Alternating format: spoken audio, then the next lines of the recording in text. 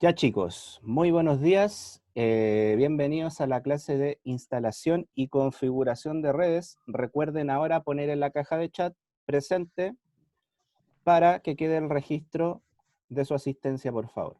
¿Ya? Recuerde poner presente en la caja de chat. Ya chiquillos, vamos entonces a seguir con el capítulo número 1 de CCNA. Ya, capítulo 1 de CCNA. Capítulo introductorio a todo el tema relacionado con las redes, ya conceptos básicos de redes. Ya chicos, antes de seguir con la clase, vamos a hacer un breve repaso de lo que vimos en la última clase. ¿Ya? Recuerden, los que vayan llegando, por favor, poner presente. Ya chicos, la última clase que vimos, analizamos los 4 pilares fundamentales, ¿ya? Los 4 pilares fundamentales que hablan de la red confiable. O sea, estos 4 pilares que analizamos, si yo los manejo, si yo los tengo controlados, ¿ya? Son los que aseguran que mi red sea confiable. O sea, los 4 pilares fundamentales de la confiabilidad de la red, ¿ya? Los cuales están basados en la tolerancia a fallas, la escalabilidad, la seguridad y la calidad de servicio. ¿Ya? 4 puntos esenciales que aseguran que tu red es confiable. Dentro de esos 4 puntos, ya los cuales nosotros podemos controlar, estaba la tolerancia a fallas, que habíamos explicado, que es la capacidad que tiene una red de recuperarse de una falla, como su nombre lo dice, tolera las fallas.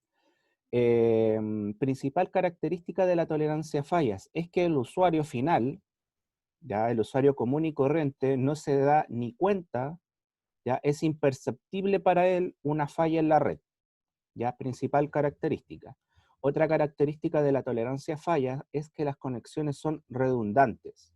¿Qué quiere decir una conexión redundante? Que tiene muchos caminos para llegar a un destino. Ya como se ve en este ejemplo, podemos ver que este router que yo estoy marcando tiene más de un camino para llegar a Internet, ¿ya?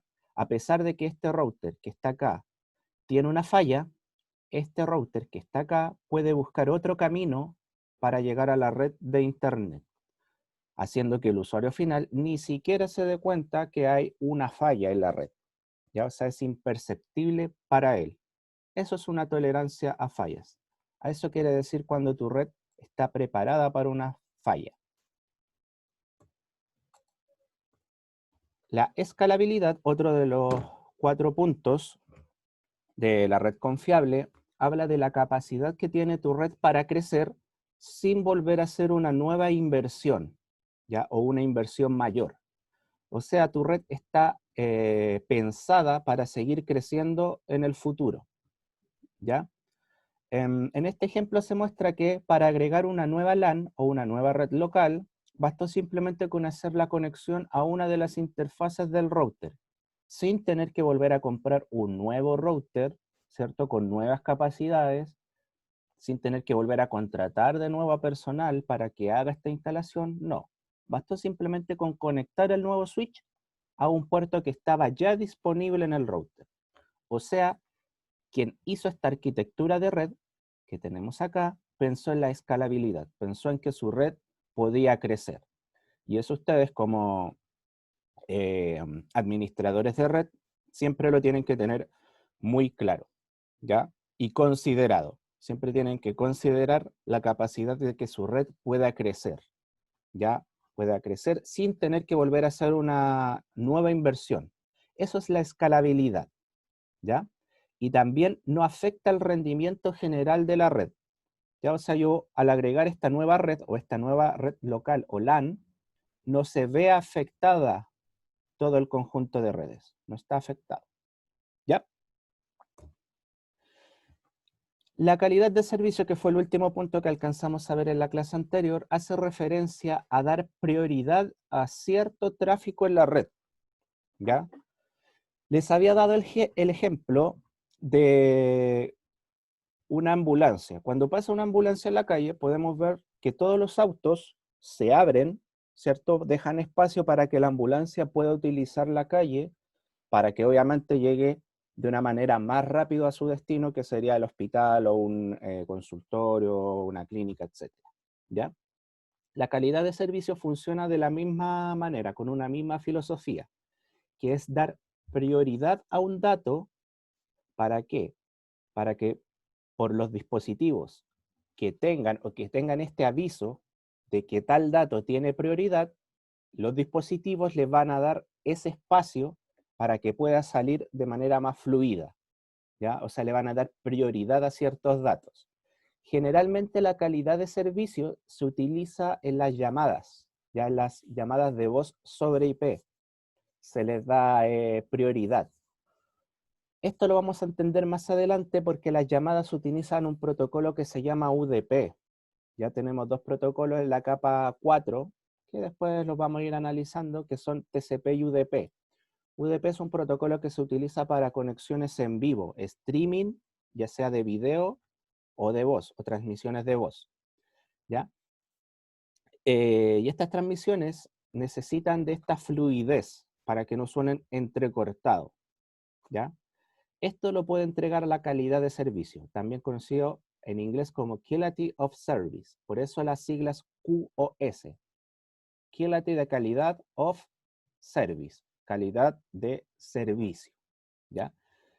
Vuelvo a repetir, principal característica es dar prioridad a un tipo de datos y garantizar que estos lleguen a su destino con una prioridad, o que tengan prioridad en los distintos dispositivos por los cuales pasen y obviamente estén configurados para darle esa prioridad. Esa es la calidad de servicio. ¿Ya, chicos? Y quedamos en este tema que es la seguridad. ¿Ya? Gran tema que incluso podría ser hasta un ramo completo. Hay carreras, les explicaba la clase pasada, que se basan solamente en seguridad. Hay magíster que se basan solo en seguridad.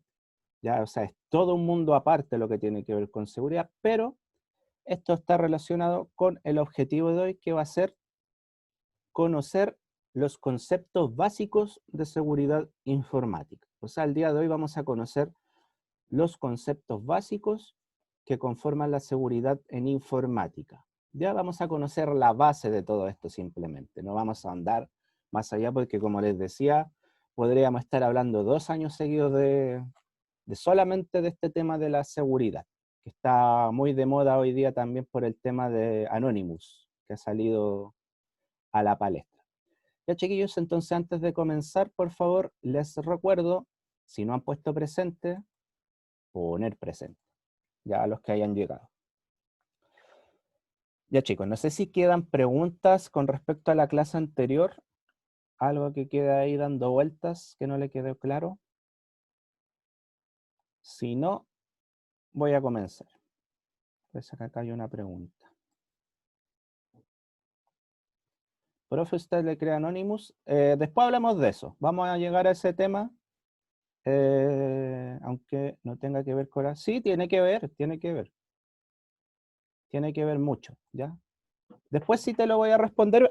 Primero voy a darte como la base. Ya vamos a explicar un poco de la base de la seguridad, que es un tema muy entretenido. Y voy a responder tu pregunta. Si le creo o no le creo a Anonymous, ¿ya? Ya, chiquillos. La seguridad en la red. Como les decía, esto es todo un tema muy interesante, es de mis temas favoritos. Ya todo lo que tiene que ver con ciberseguridad, ¿ya? O seguridad en la red.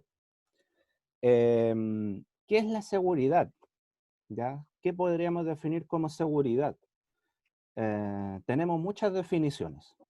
La más básica, yo creo que seguridad podría definirse como evitar la intrusión, ¿cierto? O sea, de que un agente externo tenga acceso a datos privados.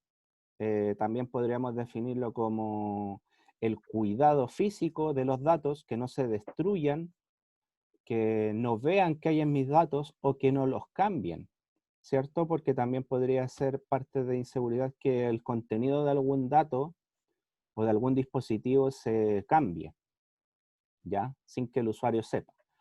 O sea, existen muchos puntos que abarca la seguridad. La seguridad la podríamos ver en dos grandes áreas. Seguridad en el mundo interno y seguridad desde el mundo externo, ¿ya? O sea, yo tengo que proteger dos flancos, ¿ya? La seguridad. Todo lo que tiene que ver con el área interna de mi organización, ya con el mundo interno, y también me tengo que proteger del mundo externo, de los ataques que vienen de afuera. Yo en mi organización puedo tener ataques dentro de esta, entiéndase dentro de mi empresa, dentro de la misma universidad, dentro del mismo colegio, puedo tener ataques de seguridad con agentes internos y puedo tener ataques de seguridad con agentes externos. O sea, que desde afuera quieren entrar a mi organización, ¿ya? Eso es lo que tengo que considerar en términos de seguridad. Ataques internos y ataques externos, ¿ya? O sea, son dos cosas o dos ámbitos que debo tener muy en consideración. La seguridad abarca todo lo que tiene que ver con el software también y el hardware, ¿ya? Muchas veces solamente tenemos en mente que la seguridad informática la relacionamos directamente con el hacker o con los programas o con las páginas web, pero eso vamos a entender que es solamente una parte de la seguridad. La seguridad también abarca todo lo que tiene que ver con la parte física, ¿ya? Con la parte física de la red. Me explico. La seguridad empieza, por ejemplo, ¿dónde voy a ubicar los computadores? ¿Dónde voy a ubicar los servidores? ¿Los voy a poner en el subterráneo? ¿Los voy a poner en el piso 8? ¿Qué pasa si los pongo en el subterráneo y hay una inundación? Llueve y se mojan todos los equipos, o la humedad del subterráneo los afecta. ¿Qué pasa si los dejo, no sé, en el piso 8 y hay un incendio? ¿Ya? Eso también es parte de la seguridad, el tener la logística de dónde voy a ubicar los equipos, ¿ya? Es parte de la seguridad también, ¿ya? Si los voy a ubicar en el -1, en el primer piso, ¿qué pasa si los dejo en el primer piso? Supongamos, el acceso a los dispositivos va a ser muy fácil, y ese es otro punto también. ¿Quién tiene acceso a los dispositivos? Parte de la seguridad. Voy a mantener los equipos bajo llave, voy a tener una puerta electrónica, pueden entrar con tarjeta de seguridad, con huella, con la retina del ojo, con reconocimiento de voz, etcétera. El acceso también a los dispositivos de manera física es parte también de la seguridad y es todo un análisis que se debe hacer. Como dice acá, los administradores pueden proteger la red con seguridad de hardware y software. O sea que la seguridad tiene que ver con todo lo relacionado con el software, programas, ¿cierto? Sistemas operativos, drivers, etcétera, y todo lo que tiene que ver con el hardware. ¿Qué tipo de dispositivos voy a utilizar? Si está bien hecha la instalación eléctrica para conectar los equipos, tengo respaldo de electricidad, un backup de electricidad en caso de que se corte. En caso de terremoto, los equipos van a quedar protegidos si es que el edificio se cae. Entonces, repitiendo, la seguridad es algo mucho más amplio. No es solamente imaginarse al hacker con la capucha apretando botones, eso es una parte de la seguridad. Es una parte de todo un global que existe en la seguridad informática, ¿ya? Por esa parte, entonces, ya vamos entendiendo que la seguridad, vuelvo a repetir, abarca lo que es el mundo interno de tu red interna o tu red local, como quieras verla, o de tu organización. Tienes que protegerte de los que están dentro de la organización misma, porque no sabes con quiénes trabajas, y tienes que protegerte también de los que vienen desde afuera, los atacantes que están fuera de la organización. Entonces son dos flancos en los cuales debo estar atento. Esto de la seguridad es igual que una guerra, ¿ya? Es igual que una guerra, hay que estar atento dentro de si tienes espías dentro de tu bando, como si tienes ataques desde afuera, ¿ya? Y también abarca la seguridad de software y de hardware. Gabriela Velázquez pregunta, profesor, ¿cuál es la mejor parte física en que se puede guardar los servidores? ¿Hay estándares para eso? Muy buena pregunta, Gabriela. La mejor parte donde guardar la mejor parte física donde alojar los servidores depende de un análisis. Ya depende de un análisis. Por ejemplo, si vivo en una zona sísmica, ya tengo que asegurarme que los edificios, si voy a trabajar en un edificio, voy a hacer la instalación en un edificio, cumpla con las normas de construcción antisísmica, ¿ya?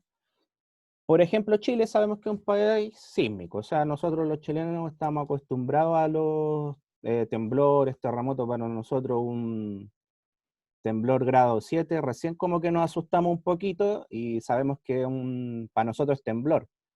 Para otra gente del mundo, un temblor grado 7 es un terremoto, ya es una catástrofe. Em, Los edificios en Chile, por ejemplo, cumplen la gran mayoría, ya son muy pocos, es casi muy difícil encontrar un edificio que no cumpla con la norma sísmica. Y eso lo pudimos ver en el último terremoto ocurrido el 2010, que fueron, bueno, de la totalidad de edificios que habían en Chile, creo que se cayó uno en Concepción, uno en Irarrázaval y uno en Maipú, pero no se cayeron totalmente. El único que se cayó fue en Concepción, que se cayó literalmente, total. Los otros quedaron destruidos, trozados, pero no cayeron. Entonces, si lo piensas bien, de un país completo que se caiga un edificio en un terremoto, aunque no, lamentablemente no debiese haber ocurrido, ya que la seguridad debiese haber estado en todos, es poquísimo. O sea, en Chile se cumple esa norma de construcción, ya hace muchos años. ¿A qué quiero llegar con esto? Que conlleva un análisis de la zona geográfica donde voy a hacer la instalación, ¿ya? Si es una zona lluviosa, por ejemplo, tendría que evitar que los servidores quedaran en un subterráneo por miedo a inundaciones, ¿ya? Como te digo, tengo que ver la zona geográfica, tengo que ver la capacidad de construcción que tiene la zona donde voy a hacer la instalación o el lugar donde voy a hacer la instalación, ¿ya? Como siempre le digo a los chiquillos, me molestaban los chiquillos del año pasado de cuarto que ellos me preguntaban algo y yo siempre les decía depende, ¿ya? Porque aquí no hay respuestas absolutas, yo no te puedo decir qué es lo mejor, porque depende de cada caso qué va a ser lo mejor, ¿ya? Siempre conlleva un análisis todo, que se debe reflexionar, ver, pensar y luego aplicar, ¿ya? Eso te podría responder en el caso de cuál es la mejor parte física en que se pueden guardar los servidores. Ahora me pregunta si hay estándares para eso. Claramente existen estándares, ¿ya? Generalmente el estándar de cómo alojar o cómo guardar los servidores te lo entrega o el mismo fabricante o te puedes basar en un estándar internacional que puede ser entregado por la misma IEEE, la IATIA o alguna de las organizaciones internacionales como ANSI o OSI, ¿ya? Que te indican qué parámetros debes seguir para hacer la instalación. Generalmente los fabricantes te entregan parámetros de temperaturas a las cuales se deben guardar o mantener los dispositivos, ¿ya? O los servidores en este caso, o los routers o los switches en una granja de servidores o en un rackeo, o en los racks, ¿ya? O en los data centers, también como se le conoce. Como te decía, la temperatura, por ejemplo, es un punto esencial que también es parte de la seguridad dentro de cómo voy a guardar estos dispositivos o cómo los voy a mantener. Dependiendo del fabricante, la temperatura promedio que se utiliza en los data centers es de 21 grados, pero 21 grados en frío, con aire acondicionado. Cuando entras a los data centers son muy fríos, son helados. De hecho, en verano te tienes que entrar con polerón porque es frío, ¿ya? Y tiene un pasillo de aire caliente y aire frío, ¿ya? En el pasillo de aire caliente, que es la parte trasera donde los dispositivos botan el aire, ¿ya? A través de los extractores que traen internamente, existen dispositivos que también extraen ese aire caliente, ¿ya? Lo extraen del data center o del cuarto de servidores. Lo extraen, mientras que en el otro pasillo de aire helado se ingresa aire helado, como su nombre lo dice, o de aire frío, ¿ya? Entonces, por un pasillo se extrae este aire en general que se va acumulando, aire caliente se extrae, y por el otro se va inyectando este aire frío, ¿ya? Y esos estándares existen para tener una buena funcionalidad de los equipos, que también está dentro de lo que abarca la seguridad. ¿Qué otra consideración tenemos que tener en la seguridad como concepto amplio y básico? Que no existe la seguridad absoluta, no existe. O sea, no puedo lograr una seguridad absoluta. Es virtualmente imposible. Siempre va a haber un eslabón más débil en tu seguridad, ¿ya? La seguridad se dice que es un arte, ¿ya? El arte, si no saben la definición de arte, bueno, el arte sabemos que es la expresión del humano, ¿cierto? Es como la definición clásica, la expresión de los sentimientos del humano, pero también el arte tiene otra acepción que es la búsqueda de la perfección, ¿ya? En una cierta disciplina, ¿ya? Y esa búsqueda de la perfección es casi infinita porque el humano, por más que quiera, es muy difícil que logre la perfección. Siempre nos acercamos a lo mejor a la perfección, pero nunca vamos a llegar a la perfección absoluta. Y eso se aplica a la seguridad, ¿ya? La seguridad también nunca va a ser absoluta. La seguridad va a ser tan fuerte como tu punto más débil. Tu punto más débil es la que marca la fortaleza de tu seguridad, ¿ya? Siempre en una cadena va a haber un eslabón de la cadena que va a ser el más débil. Y quien quiera entrar o ingresar a tu sistema va a buscar ese eslabón más débil y va a ir a atacar ahí, ¿ya? Generalmente, ¿cómo ataca un experto hacker? Llamémosle hacker. Llamémosle hacker, pero después vamos a explicar bien qué es un hacker, ¿ya? Pero por el minuto, con su concepto de hacker. ¿Qué es un buen atacante? Un buen atacante siempre va a probar desde lo más obvio, te va a atacar desde lo más obvio a lo más complejo. Ya, me explico. ¿Qué sería lo más obvio cuando quiero ingresar con un usuario y contraseña? El usuario común, el que no tiene mucho conocimiento de informática, casi siempre dejan las contraseñas por default, ¿ya? Default significa por defecto. ¿Qué significa por defecto? De fábrica. Las contraseñas default o por defecto, o que vienen de fábrica, todo lo que dije es lo mismo, siempre son admin o admin y sin contraseña el usuario o admin y la contraseña del 1 al 8. Si ustedes hacen la prueba, van ingresando a sistemas de seguridad, ya o pueden probar, no sé, en router de vecino o de tío o de primo. Generalmente muchos dejan las contraseñas por default. ¿Y qué es un atacante profesional? En primera instancia siempre va a probar lo más obvio. Siempre te va a atacar con lo más obvio primero. O sea, él antes de ingresar a un sistema va a probar admin o admin sin contraseña, ¿ya? O admin y del 1 al 8.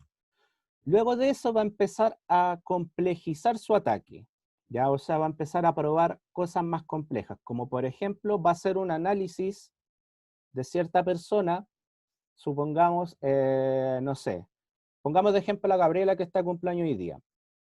Un atacante va a saber que Gabriela está de cumpleaños hoy día. Generalmente la gente utiliza contraseñas que están relacionadas con su vida diaria.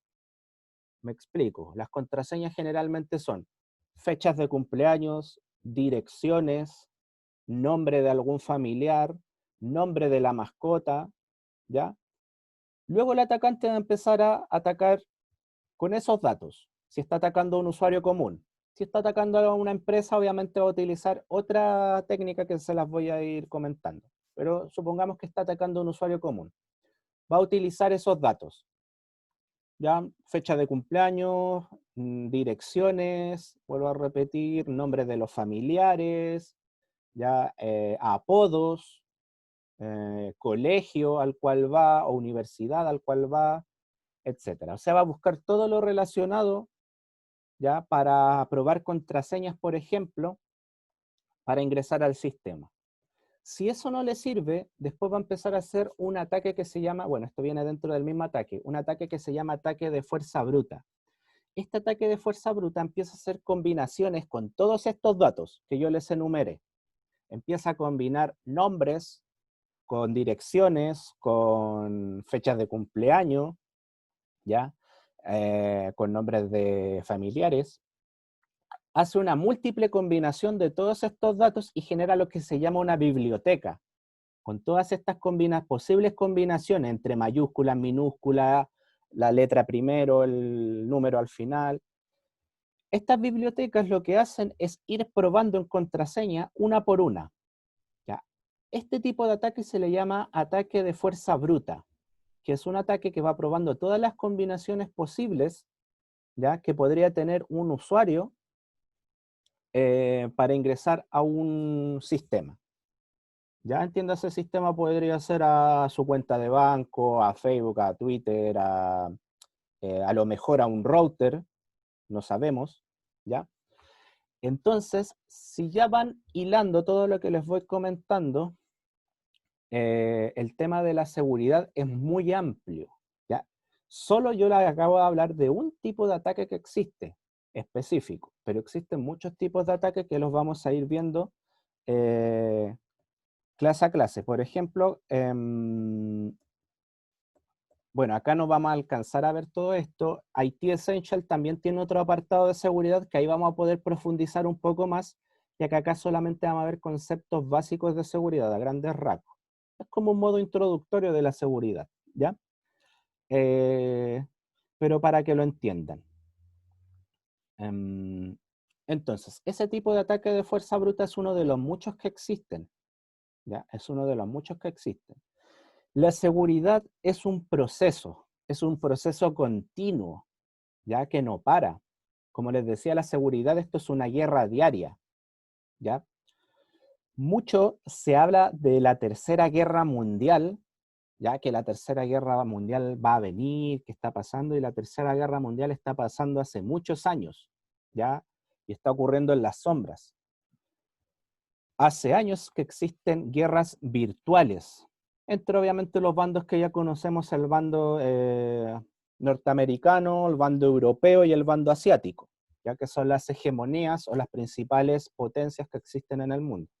Existe esta guerra virtual que se genera día a día, se está disputando, ya hace muchos años que la Tercera Guerra Mundial comenzó, lo vemos día a día en las noticias, cuando por ejemplo apareció los datos de Wikileaks, ¿ya? Ahora Anonymous, que los datos que reveló no eran datos tan relevantes, sino que fue un recordatorio de las cosas que habían hecho, pero no entregaron datos nuevos, por decirlo de algún modo, ¿ya? Creo que por ahí se filtró también la tarjeta de crédito de Bolsonaro, Anonymous lo hizo, pero no investigué mucho sobre eso, no sé qué tan cierto será, creo que fue real, no lo sé.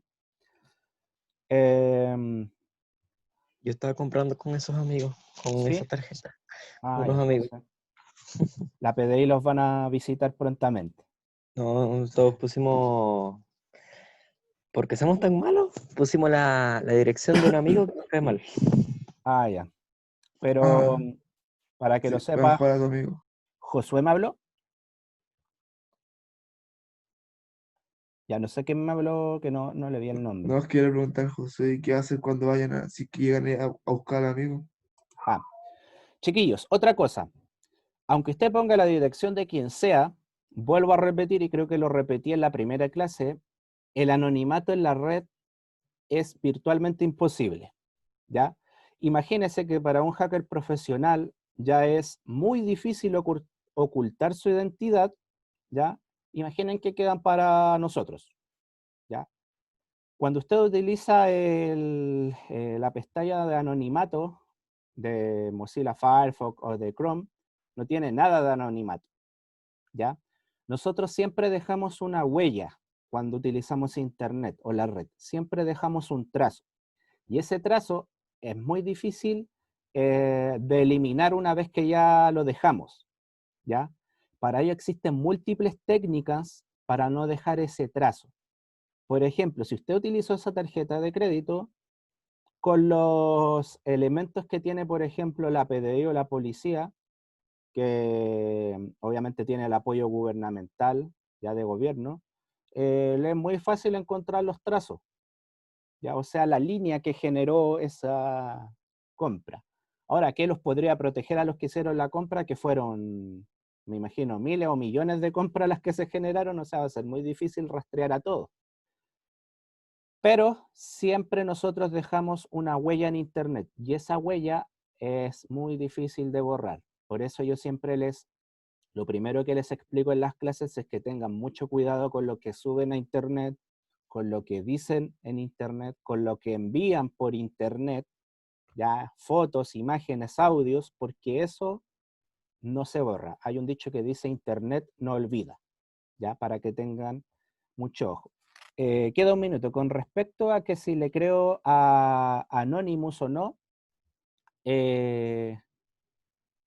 Anonymous es una organización de hacktivismo. El hacktivismo es una filosofía en la cual se utilizan las técnicas de hackers, de hackeo, para hacer activismo. De ahí viene la palabra hacktivismo, ya que es activismo político, ¿ya?